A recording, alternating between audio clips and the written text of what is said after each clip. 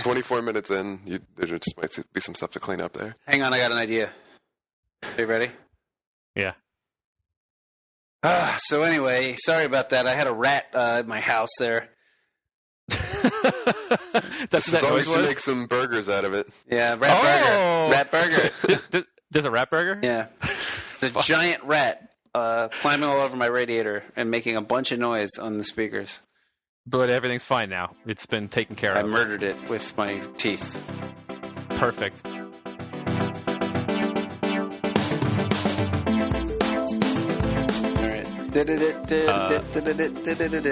No, sorry. I'm just trying to be Harrison. Fuck you. Did that twice. That was a better rendition of the theme song thank than you very Harrison's ever done. True. God damn it. Fuck you guys. All right. I'll say, hey, welcome to Storied. Someone else says today we're going to be making a sequel to the 1990s classic fucking movie Demolition Man. All right. Somebody pick who's going to do that. Chris. I can do it. Your favorite part? Yeah, I didn't mess it up too bad in the board games. No, you did great. Wait, well, then don't do it this time. Let's switch it up if you did it last time. Oh, yeah, that's true. I'll do the beginning, because I never do that. Yeah, all right. The part that's always the same that I always fuck up. Yeah, I was going to say, you never do it because you always fuck it up. And then, Sean, you can do the Demolition Man part. Okay. Ready? Yeah. Yeah. Let's talk about this movie.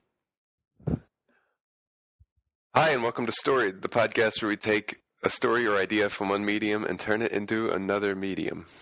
This week, Chris almost forgot the opening. This week we're going to be taking Demolition Man, the classic 90s film starring Sandra Bullock and Sylvester Stallone, and turning it into a sequel, a 2018 era sequel, I would imagine, to the classic 1993 film? Yes. Yep, 1993. Yeah. I love that Sandra Bullock got top billing in your accounting there. It's like starring Sandra Bullock and Sylvester Stallone. And you bumped Wesley Snipes. Well, from the intro. Wesley Snipes is, not on my mind, I guess. So, first question, who is the Demolition Man? Is it Stallone or is it Snipes? I don't know. Oh, it's definitely Stallone. Yeah, I feel like there's a thing in the movie where they call Stallone's character the Demolition Man. That's right. Yeah, the last thing he did was blow up a building or some shit. It's before he even gets frozen, I think. Yeah, oh shit, really? The so very that's beginning. His, thing from the 90s? Okay. Yeah. Like he jumps out of a helicopter into a building and takes out a bunch of henchmen by himself, going after Simon Phoenix. Fuck, that name is so good. Played by Dennis Rodman. I mean, Wesley Snipes. Jesus! No. Okay. No. He had Dennis Rodman hair in the movie. I'm not being racist. He really did, yeah. He was full... Even if you weren't, you were. He was definitely channeling the Dennis Rodman look. Because that was back when Dennis Rodman, if anyone remembers, was like in the news all the time because his fucking hair was blonde. Yeah. It would like change every week. And there was like sometimes they'd like... he'd have different colors in it at the same time. It's a pretty wild time to be alive, if I remember correctly. I have to say, I know that we're making a sequel to Demolition Man, but after watching this game again, I kind of wanted to make a Demolition Man fighting game where you could play as Simon Phoenix and somebody would just fucking scratch records every move that you did. Oh, that's right. They added in weird record scratches during his fight scenes. It's so goofy, and I can't believe somebody thought that was a good idea. But it's also it's hip hop, amazing at the same time. It's very hip hop. Because he's black. Yeah, it's kind of racist. Yeah. A bunch of white dudes came up with that for sure. I was going to say the sound engineer had clearly just never met a black person before. Oh, bummer. Oh man. Let's be fair to the sound engineer, just in case he's listening. He may have been forced to do it by the director. That's true. Yeah, you never know. Or someone else. Story where someone comes in and goes, I had a great idea last night. I was chatting with my children and they had this fucking rad idea and we're doing it. I just want to also say that every character's name in this movie is fucking incredible. Yeah. There's John Spartan, Simon Phoenix, Dr. Cocteau, Lenina Huxley. Lenina Huxley. Benina, yeah. I heard that. I was like, did they say Benina? Huh? Lenina. Lenina, yeah. Lenina. Lenina, okay. Yeah. And yeah. Edgar Friendly is definitely the best one. Edgar Friendly is like the rebel leader. I know. It's so good. Yeah. All the names are amazing. Yeah. Well, Huxley is my favorite because it's like just the most obvious reference to Aldous Huxley.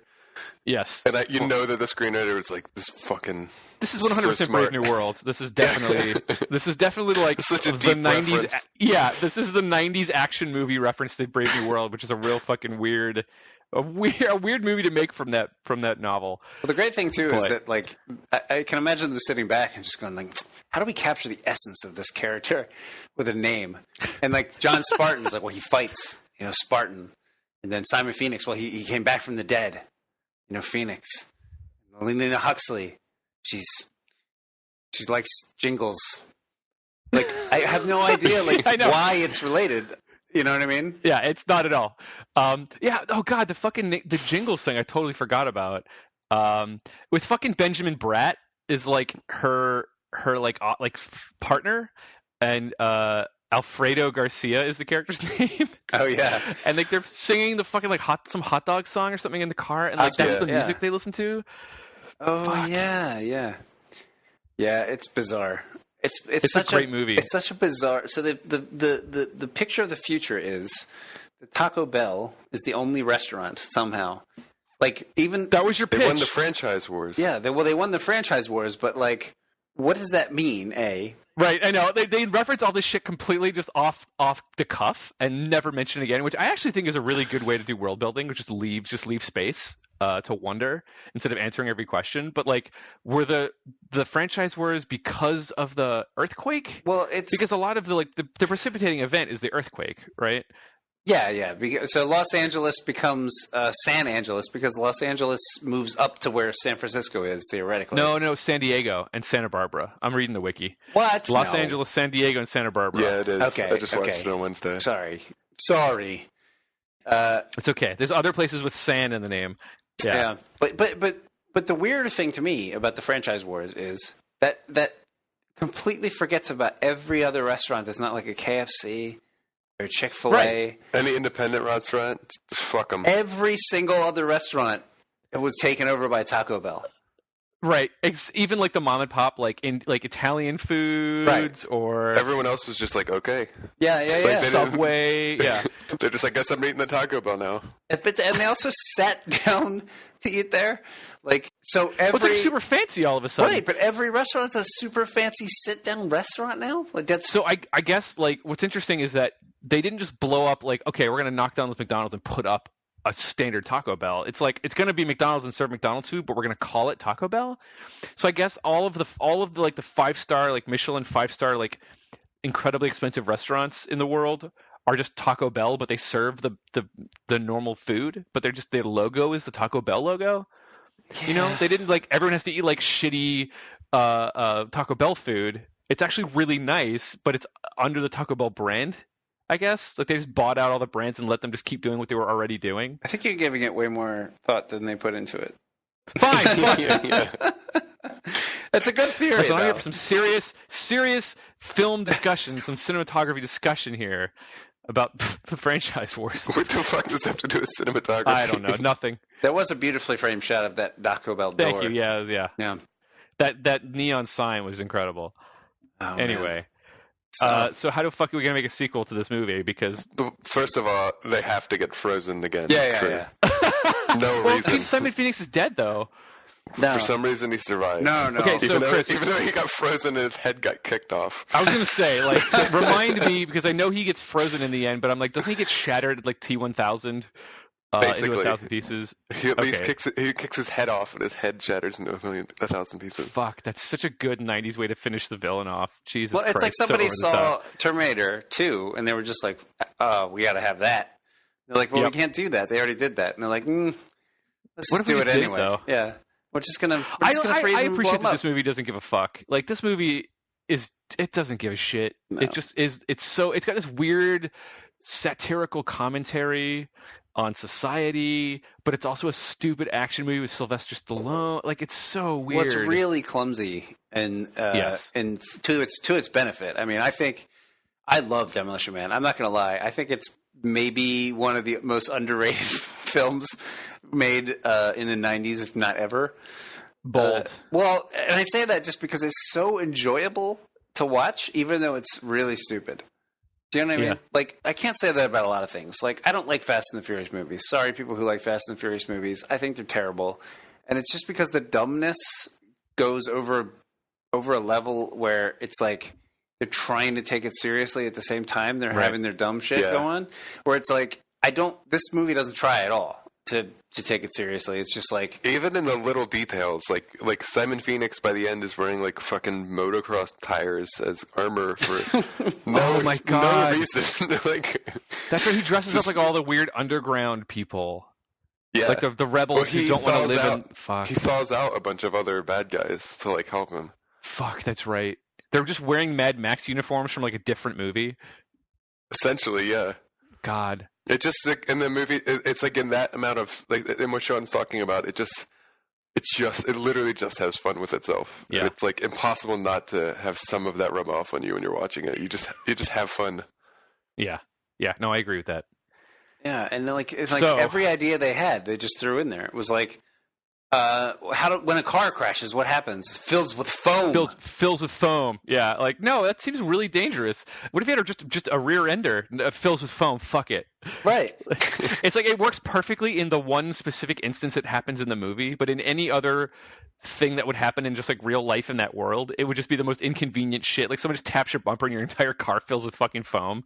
And then like the little rods that the police carry, right? Like that put people to sleep? Yeah, they're supposed to put people to sleep.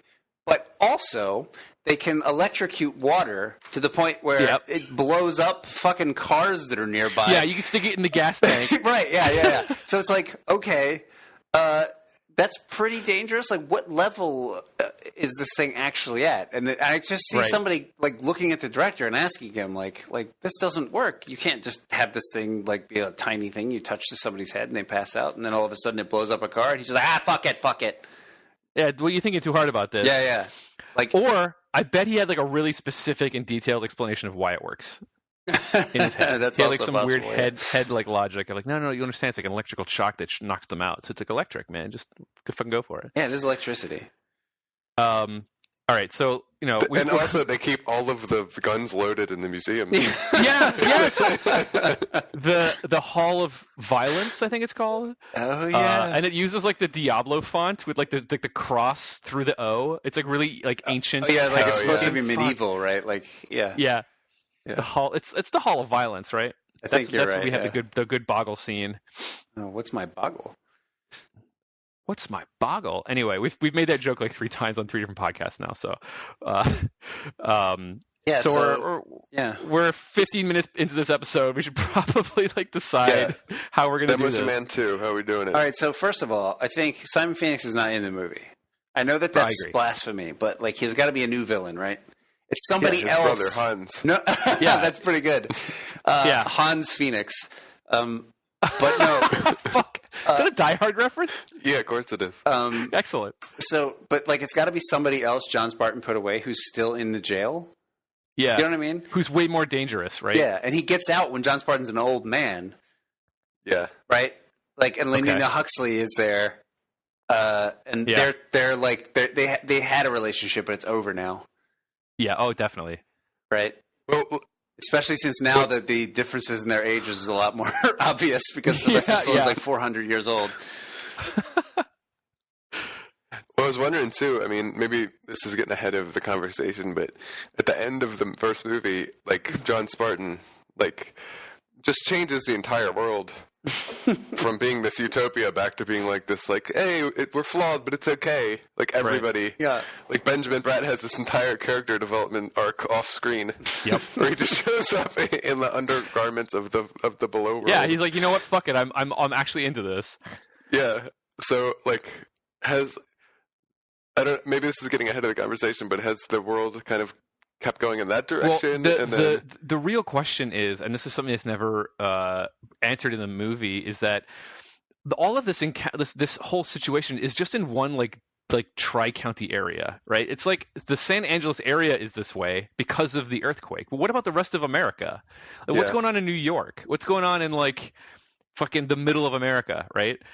Is it everywhere like this? Because it doesn't seem like it. The whole like Raymond Cocteau, everyone shouldn't touch and violence is bad stuff came from that guy in that specific instance because of what happened. So, like, is the rest of like we would have to expand the world out and answer that question. I feel like, right? No. I mean, they clearly didn't give a shit in the first one. we could, but I don't feel like we have to. I think it's a good idea to just leave it in San Angeles. You know, good. It's like either there's another earthquake, and it just resets it again. Well, it's the Great Earthquake of 2018. It's called something else, you know. The Greater Earthquake. But yeah, like it's even bigger. I feel like yeah, I don't know. There's so many things you could do with this. It's like ridiculous how like open it is, weirdly, because like you guys were talking about earlier, like John Spartan could be frozen again, but why? Yeah, right? yeah. Does he commit another crime? Is it for the like? We literally start with a de-aged Sylvester Stallone. Like at the end of the first movie, and like the police just come and arrest him because they it's arrest bullshit. him immediately after the credits roll. Because he destroys like the cryo prison, right? Like he like destroys that whole like facility. To kill him, so he could definitely just get arrested by the cops and put like in a different, bigger cryo prison. He gets put in a real prison this time because the cryo prison's destroyed. Oh shit! And it also doesn't make any sense why you would freeze somebody and waste all of the government and country's resources, like when they don't even experience the punishment. They go to bed and they wake up like to them an hour later, and it's like been 20, 30 years. Yeah, basically they just take a nap. Yeah, so he goes to regular prison. Fuck. He goes to regular prison with Nalini Huxley, and they both turn into like villains. Oh shit! Oh man, no, that's bad. And then it's up to Benjamin Bratt. But there's something about the idea that they age in real time. He could be like Sean Connery in The Rock, where he's just like he's locked up, but they need him for like one specific reason. Oh shit, that's really good. That's actually super good. Even though he's really old, you know. And they bring him back, and he's got they have to do the montage of cutting his beard and like putting him back in the police uniform, and he's got like a fucking missing eye, and they get to give him a fucking eye patch or some shit, and he's like hardcore looking. I could see that. He definitely looked cool. Super cool old man. So in that case, though, like Lenina has to be out, right? And she has to like he won't talk to anybody, right? Like, so they have to. He's like, I won't do it. Yeah. Yeah, so the only person who can bring him back in is her. And it's very begrudging. Like, she holds such a grudge against him because she's probably in the private sector. She's probably like left the police force and sort of maybe she's like a security guard for something, or she's got her own like firm or something. And she doesn't want to have anything to do with the fucking police force anymore. But they go to her and ask her to come back as well, and they have to kind of convince her to get him back. Maybe it was like her only characteristic in the first movie, though, is that she's the one who wants to be she loves like the 90s. She loves weird 90s shit. Did she have like a Lethal Weapon poster in her office? Yeah. It was actually she had Lethal Weapon 3, I think. Pepsi, like neon, and all sorts of weird 90s. Like she was obsessed with the 90s for some reason. A time which that character definitely was not alive in. It's like millennials being obsessed with the 80s. Yeah, that's true. Yeah, okay. I mean, either way, if she's with the cops or not, they definitely have to get her to make him agree, to convince him to come back and solve this thing. But who is the antagonist? Like, is he accidentally released when he blows up the cryo prison like years and years ago, and he's just been like biding his time? Or I have an amazing idea that might be too stupid. No, it's great. So what if, since we don't have the element of cryo freezing in this, what if we brought in the element of cloning? Okay. And there was either a cloned version of Simon Phoenix. I was thinking that, and I didn't want to say it. Or a cloned version of John Spartan. Like a young John Spartan who was running around. It's like a bad guy. This may be too stupid, but it feels like it makes complete sense in Demolition Man if we want to run with it. Well, we just go whatever the dumbest, best idea is. Yeah, or all of them. That's what they did. Keep throwing some more on the table. I feel like here's my thing, and I don't mean to be like the guy in the room, but I feel like we shouldn't do the Spartan Phoenix thing again just because that's the first movie. I feel like we want to evolve it a little bit, right? Like if it's one of the guys at Simon Phoenix unfroze with him, or maybe it's the fucking attendant guy that actually survives when Cocteau gets killed. Oh, his like assistant. Yeah, the assistant The guy who from was in Beetlejuice. Beetlejuice, yeah. Otho. Yeah, yes. God, I like such a good character.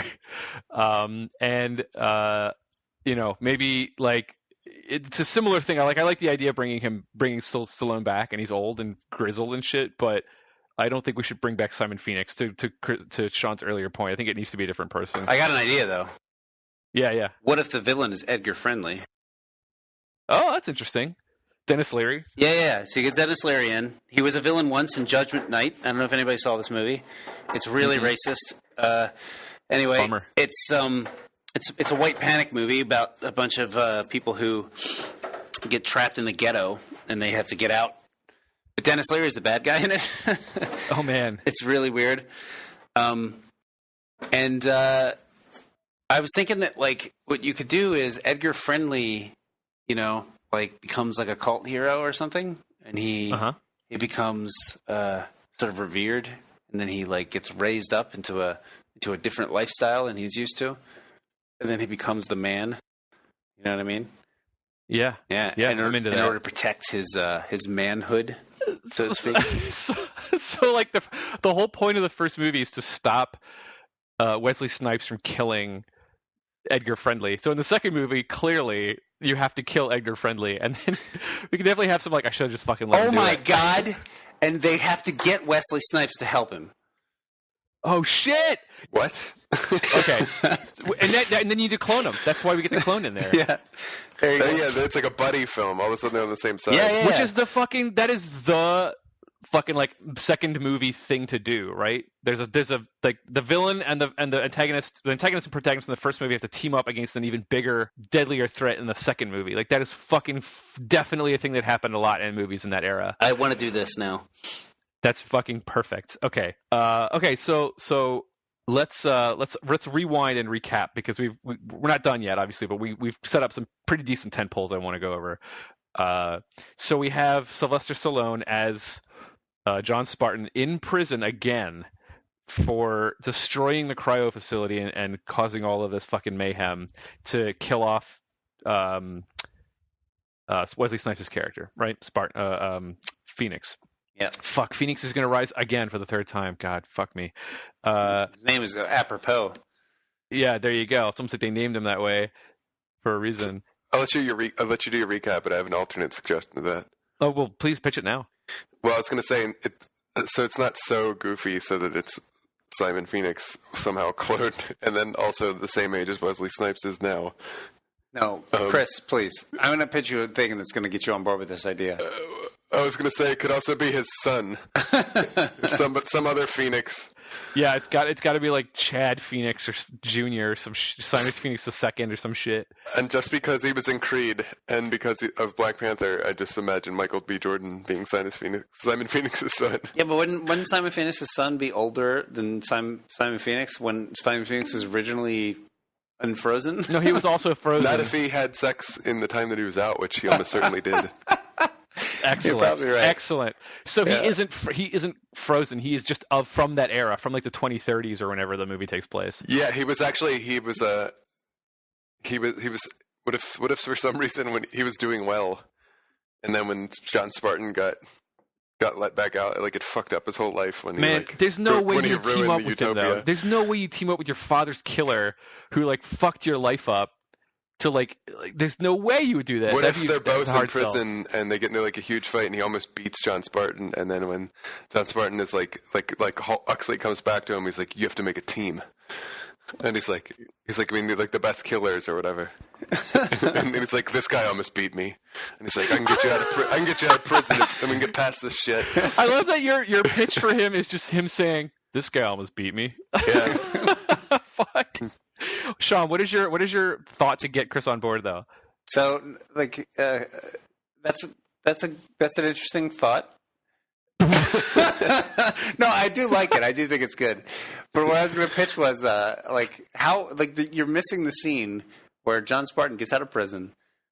He goes to see Edgar Friendly because he thinks, Edgar Friendly, he'll help me out. You know, he'll give me a job or whatever.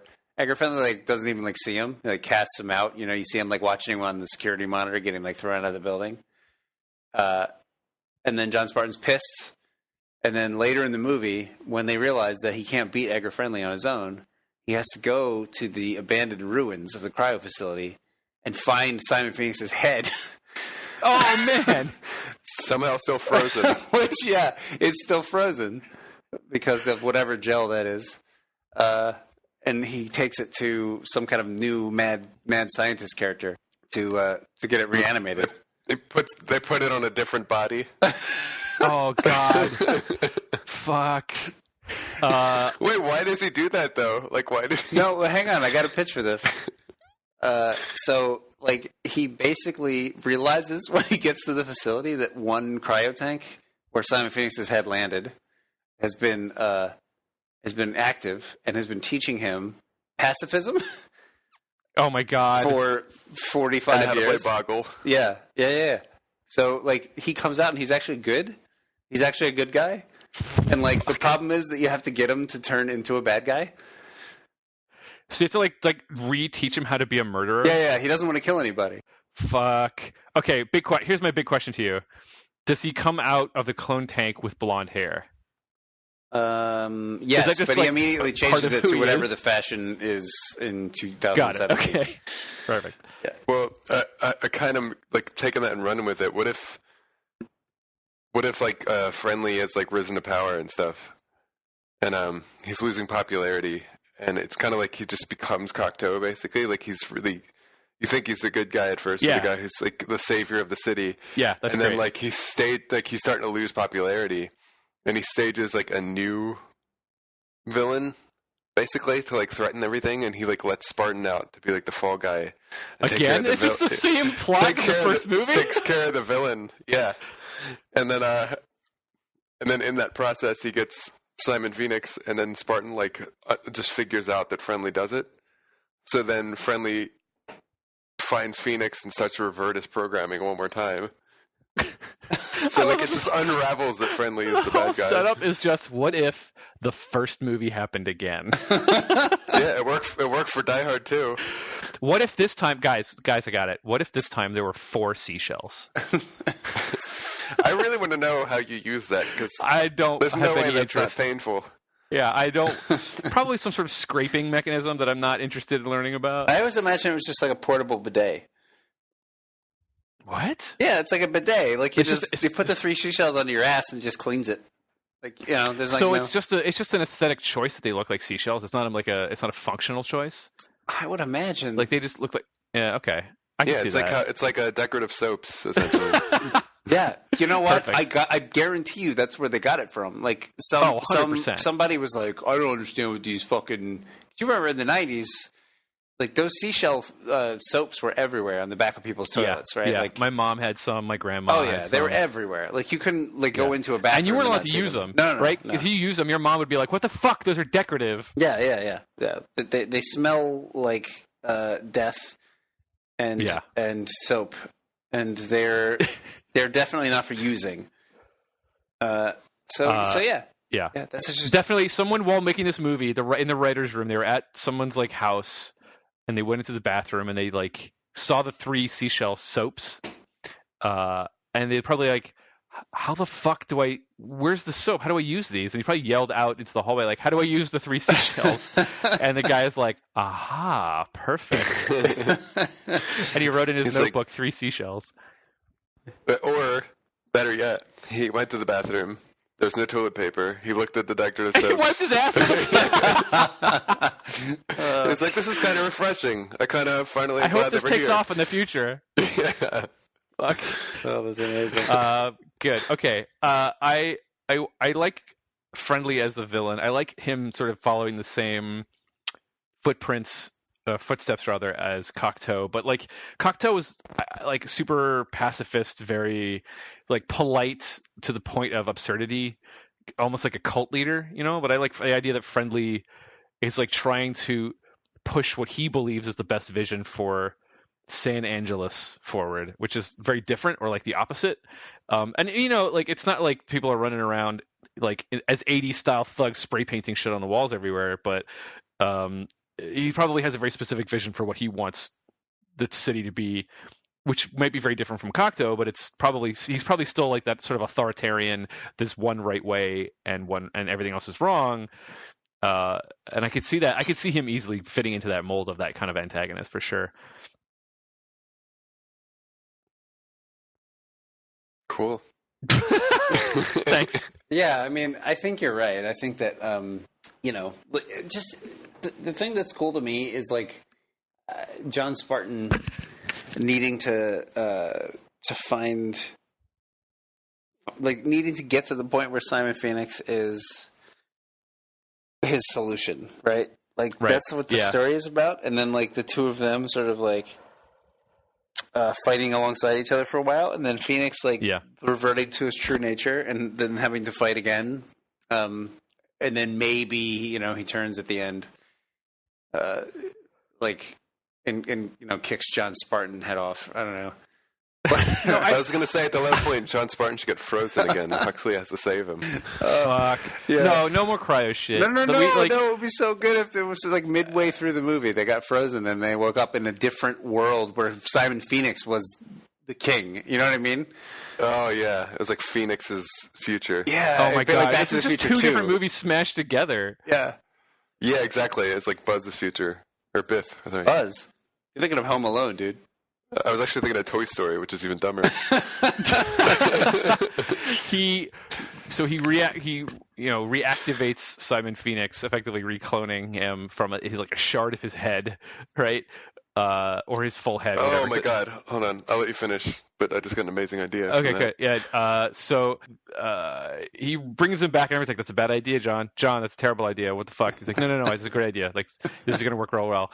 And then they have a fight in the cryo facility with Friendly, and they kill Friendly, but they like tussle each other, or like the bridge collapses or whatever, and they both fall into the same freeze solution together, right? And they get frozen again, Spartan and Phoenix, for another 30 years or something, and then they wake up in a completely different fucking future at the same time, right? Was that what you're pitching? And there's another antagonist, like a completely separate movie happens. No, I'm pitching that Simon Phoenix gets John Spartan frozen again somehow, and then like when John Spartan wakes up again, Phoenix is the leader of the world. So it's just fucking Back to the Future 2. Yeah.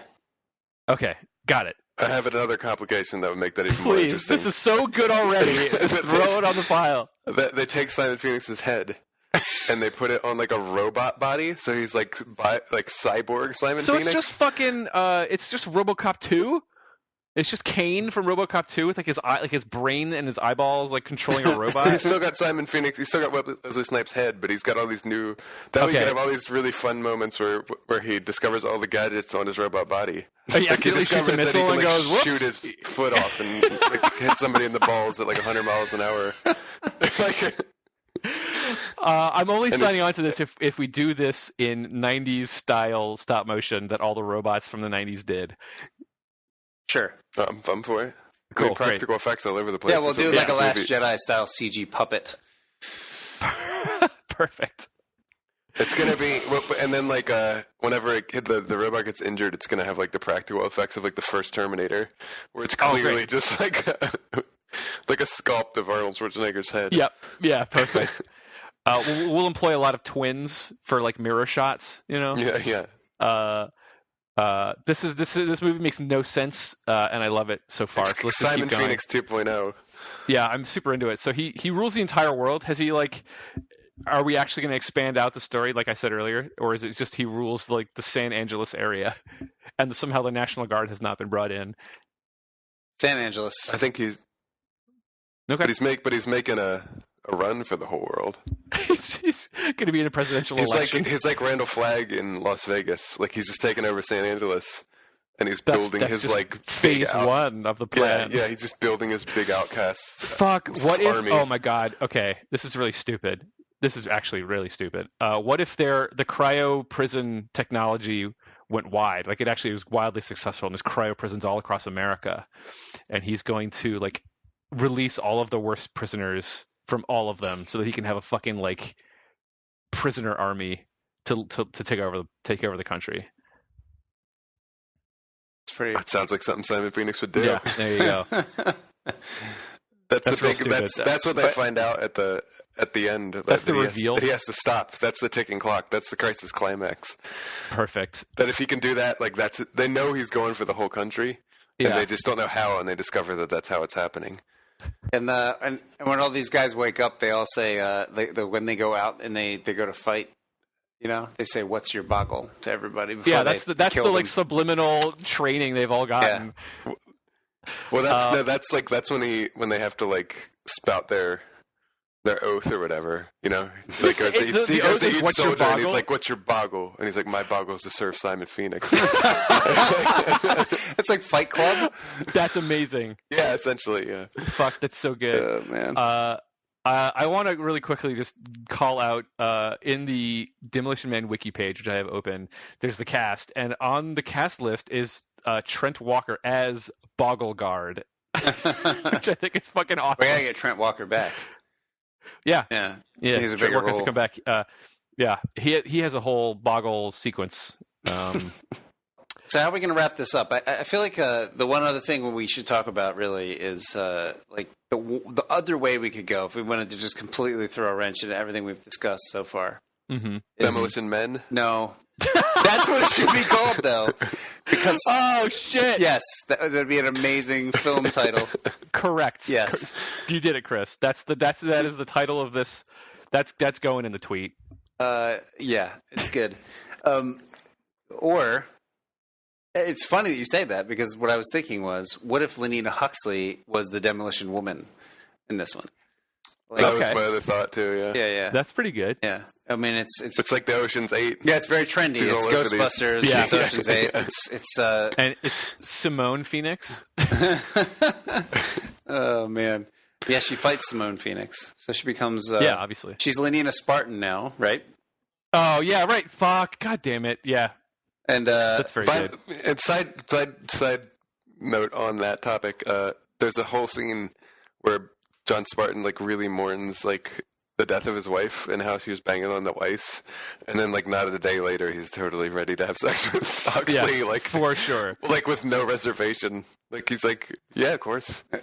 Yeah, that's true. That does happen in the movie where he's like, oh, your family, your kids, your wife, they're all dead, and he's like, yeah, bummer. And then like clock wipe to 24 hours later when they're having weird VR sex.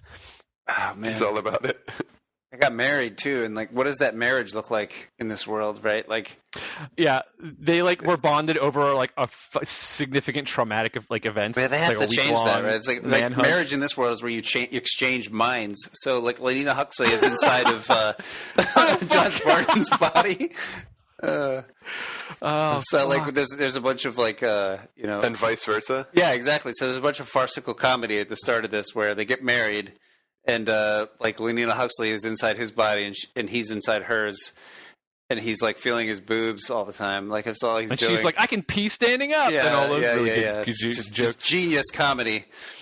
Yeah. But this means we get a movie where Sandra Bullock is just doing a Sylvester Stallone impression the entire movie. Oh my god! I'm in. or Sylvester Stallone doing the opposite. Oh god! Not whatever a Sandra Bullock impression is. Yeah, I don't know. Speaking like a normal person. Well, I mean, you're imagining that Sylvester Stallone, God love him, could do any impression, any other voice. Yeah. That's really good. Both of those are excellent choices. Yeah, we'll let the listener decide. What would you rather see? Well, that's a tough one. We haven't talked about Demolition Woman enough, to be honest. Yeah. There's a lot of good stuff. We can still get a couple minutes in here. Yeah, to run with it. There's a good scene in there where she drives there's like she's driving the car, and like he's making like sexist jokes, and then she like intentionally crashes it, but turns off his foam or whatever, like bashes his turns off his foam jets. Yeah. Like into a Taco Bell though, or no, actually it wouldn't be Taco Bell because in this future. Who would win the wars these ways? No. It would have to be like whoever's paying the most, right? Like Taco Bell paid the most for the first movie. Who's going to do it now? It's like Papa John's. Right. Or Chipotle. Chipotle, yeah. They crash into a Chipotle. Oh man, we have to redesign a futuristic Chipotle logo. I think she. I mean, if this is made in 2018, we should take that into consideration in terms of like cultural values. She's driving she picks him up from prison, and she's driving like a motorcycle, and she makes him ride in like this like little like wussy sidecar, and then he starts making these like misogynist remarks, and then she just detaches the sidecar and makes it crash, and like he just sits there and think about it in his foam for a little while. Yeah, you think about what you've said. Yeah. She has to crash into like a fountain or something, and it's just floating, like bobbing along in the water. He just crashes right into the crotch of the fountain. It's like straddling like the Colossus of Rhodes, and his head's like right there in the bulge. So can I ask you something? You started that sentiment by saying 2018 values, and then immediately mentioned a sidecar on a motorcycle. Well, I was trying to think of a way where she can get the upper hand. Like, it's still Demolition Man, right? Or Demolition Woman. Sure. But he gets away with a lot of things in that movie that he would not get away with if this movie were written now. Right. Got it. So he said. So what you're saying is in 2018 he says something misogynistic, and he gets his comeuppance for it. She gets. I said exactly the same thing with the car, though. You don't need the sidecar. Well, she is also involved in the crash there. She crashed the car in my analogy. She was crashing the car on purpose. That makes less sense to me. And turn off. This is okay. I'm glad this came from a. Well, we got some more time to really just dive into this movie. Yeah, we're just talking about a sexist joke the whole time. That's all we've talked about. This is really great. Yeah. Nothing about the characters or the plot or anything like that. Look, Neil Huxley could kick ass whilst singing some amazing jingles. That's true. There's like a good scene in there where she puts on a tape of the Arbor hot dogs jingle like right before she goes in and beats some ass. Like she's like listening to it while it's like playing over the fight scene. We cut it to it's like hot dogs, Arbor hot dogs. Yeah. Okay, regardless of which version of the movie we make, that's going in for sure. Okay, it's fair enough. I think the most important thing, though, is how does Rob Schneider's character figure back into this? Oh my God, he was a cop, right? Like he was like that the reminds dispatch me. Guy. Yeah, there was also like the elderly black dude who like remembered the before times, right? Yeah, he was like he was like a rookie when Spartan was running around the first. Yeah. Bill Cobbs is the actor as Zachary Lamb, and he was like, I remember Spartan, and I remember when life was real different. I feel like you definitely need those types of characters for sure. But I'm gonna just go on a tangent here with that guy, Bill Cobbs. I think if this is his actual name. You looked it up, right? It is his name. Yeah. That guy's in Fortress, the Christopher Lambert movie, and it's fucking amazing. Like, really, the movie is terrible, but he is amazing in it. He has about 5 to 7 like just genius one-liners.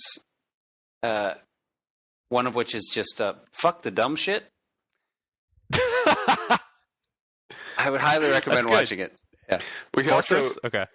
They have it's great in Demolition Man because like at the very beginning when Phoenix breaks out and he commits the first murder death kill for the first time in like a long time, and everybody's reacting horrified, and that dude is just like basically not giving a shit. Yeah, exactly. Because this is like totally normal to him. He makes a joke off of it. Yeah.